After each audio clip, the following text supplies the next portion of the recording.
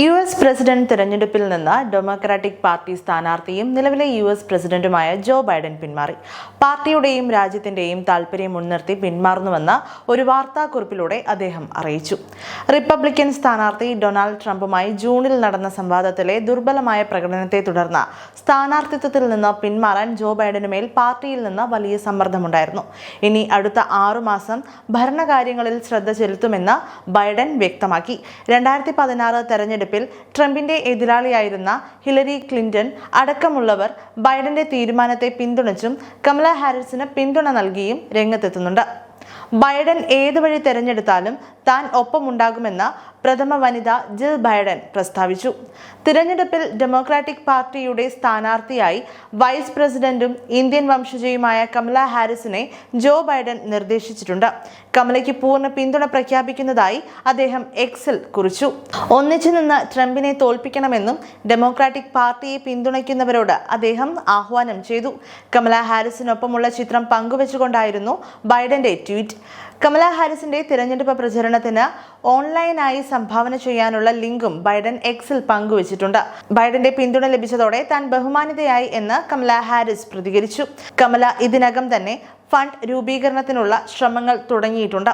ഇതിനായി അവർ മെയിലുകൾ അയച്ചു തുടങ്ങിയതായി റിപ്പോർട്ടുകൾ പറയുന്നു. തന്റെ പ്രവർത്തനങ്ങളിലെ ഏറ്റവും മികച്ച പങ്കാളിയാണ് വൈസ് പ്രസിഡന്റ് കമല ഹാരിസ് എന്ന് ബൈഡൻ തന്റെ വാർത്താക്കുറിപ്പിൽ പറയുന്നു. ഒന്നിച്ചു നിന്നാൽ അമേരിക്കയ്ക്ക് ചെയ്യാൻ കഴിയാത്തതായി ഒന്നുമില്ലെന്നാണ് താൻ വിശ്വസിക്കുന്നത് എന്ന് പറഞ്ഞുകൊണ്ടാണ് ബൈഡൻ തന്റെ വാർത്താക്കുറിപ്പ് അവസാനിപ്പിച്ചത്.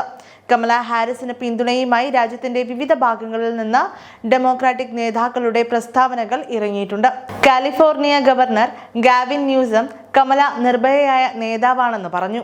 ഡൊണാൾഡ് ട്രംപിന്റെ ഇരുണ്ട കാഴ്ചപ്പാടുകളെ വിചാരണ ചെയ്യാൻ കമലയേക്കാൾ മികവോടെ മറ്റാർക്കും സാധിക്കില്ലെന്നും അദ്ദേഹം പ്രസ്താവിച്ചു.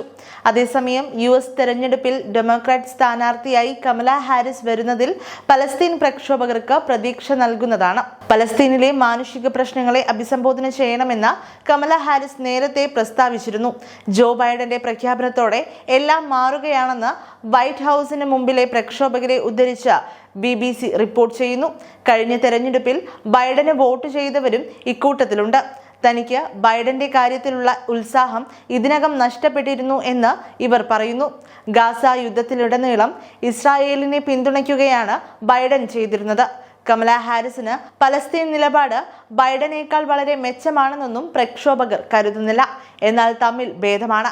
ഗാസയിലെ മാനുഷിക പ്രതിസന്ധിയെ അഭിസംബോധന ചെയ്യാൻ വൈറ്റ് ഹൗസ് തയ്യാറാകണമെന്ന് കമല ഹാരിസ് അടുത്തിടെ പ്രസ്താവിച്ചിരുന്നു. വളരെ ഏറെ സാധാരണക്കാർ യുദ്ധത്തിൽ കൊല്ലപ്പെട്ടതായി അവർ പറയുകയുണ്ടായി. അതേസമയം പാർട്ടിയുടെയും രാജ്യത്തിന്റെയും നന്മയ്ക്ക് വേണ്ടിയാണ് താൻ പിന്മാറുന്നതെന്ന് പ്രസിഡന്റ് ജോ ബൈഡൻ എക്സിൽ കുറിച്ചിരുന്നു. US തെരഞ്ഞെടുപ്പിലേക്ക് വെറും 4 മാസം മാത്രമാണ് ഇനിയുള്ളത്. ബൈഡൻ തനിക്ക് പകരം കമല ഹാരിസിന്റെ പേര് നിർദ്ദേശിക്കുകയും ചെയ്തതാണ്. ആദ്യ പ്രസിഡൻഷ്യൽ സംവാദത്തിൽ ട്രംപിനോട് പതറിയതോടെ ബൈഡൻ പിന്മാറണമെന്ന ആവശ്യം ശക്തമായിരുന്നു. ഷിക്കാഗോയിൽ അടുത്ത മാസം 19 നടക്കുന്ന ഡെമോക്രാറ്റ് നാഷണൽ കൺവെൻഷനിലായിരിക്കും പുതിയ സ്ഥാനാർത്ഥിയെ തിരഞ്ഞെടുക്കുക. ബൈഡൻ നിർദ്ദേശിച്ച കമല ഹാരിസിന് തന്നെ ഡെമോക്രാറ്റിക് പാർട്ടിയുടെ സ്ഥാനാർത്ഥിയാകുമെന്നാണ് ഇപ്പോഴത്തെ സ്ഥിതിയിൽ പറയാനാവുക.